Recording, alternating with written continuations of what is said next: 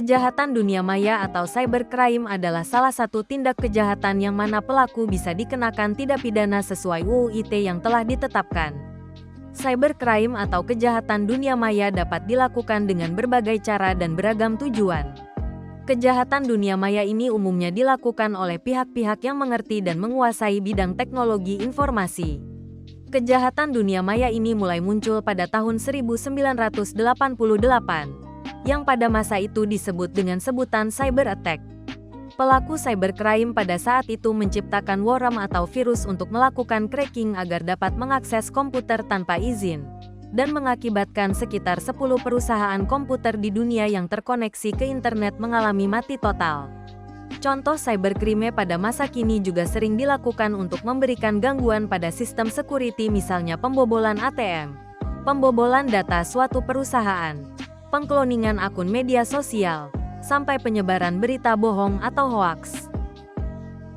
Pada kesempatan kali ini kami dari kelompok 3 yang beranggotakan 4 orang diantaranya adalah Meilisa Rozita Dewi, Riko Febrian, Sutrisno, dan Naufal Alfarizki akan membuat video analisis untuk memenuhi salah satu tugas mata kuliah komputer masyarakat dan etika profesi yang diampu oleh Bapak Dodi Haryadi, ST, MTI, selaku dosen program studi informatika Universitas Al-Azhar Indonesia.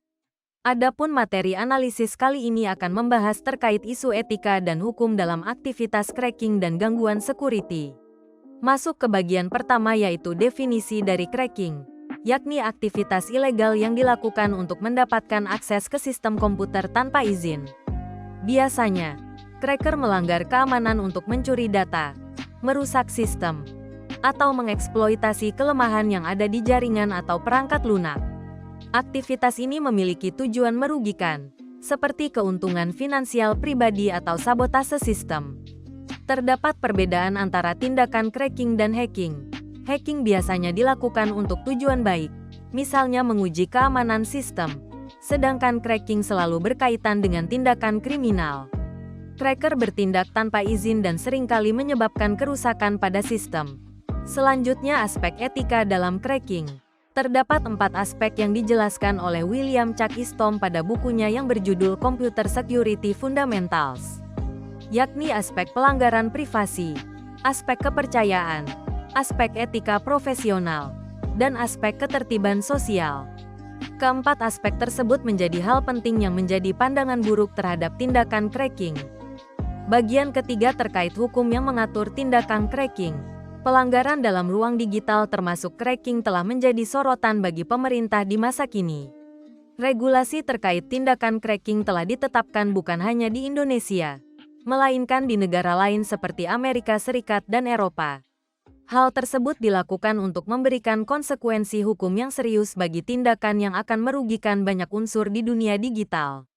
Sebagai contoh terdapat peraturan yang ditetapkan di negara Indonesia yaitu UU ITE, CFAA di Amerika Serikat, dan GDPR di Uni Eropa. Sanksi yang diterapkan biasanya berupa denda dengan nominal cukup besar, tuntutan pidana, hingga hukuman penjara seumur hidup. Dan bagian yang terakhir adalah dampak hukum dan etika dalam cracking. Terdapat dampak pada pelaku yakni ancaman sanksi hukum dan reputasi hancur. Dampak pada korban yakni kehilangan finansial, reputasi, dan data. Dampak sosial yakni kehilangan pekerjaan dan isolasi dari komunitas teknologi. Selain itu ada juga dampak jangka panjang bagi masyarakat, yakni menciptakan ketakutan di masyarakat akan teknologi. Hal tersebut akan menghambat inovasi dan perkembangan pada teknologi, dan berimbas kepada manfaat teknologi yang tidak dapat diadopsi oleh masyarakat pada kehidupan sehari-hari. Terakhir kita dapat simpulkan bahwa cracking dan gangguan security melanggar hukum dan etika, merusak sistem serta prinsip keadilan dan privasi. Kepatuhan terhadap regulasi dan etika digital sangat penting untuk menjaga keamanan dan kepercayaan publik. Terima kasih atas perhatiannya karena telah menyaksikan video sampai detik akhir. Semoga video analisis kami dapat bermanfaat dalam membangun ekosistem aman di dunia digital. Salam hangat untuk teman-teman semua.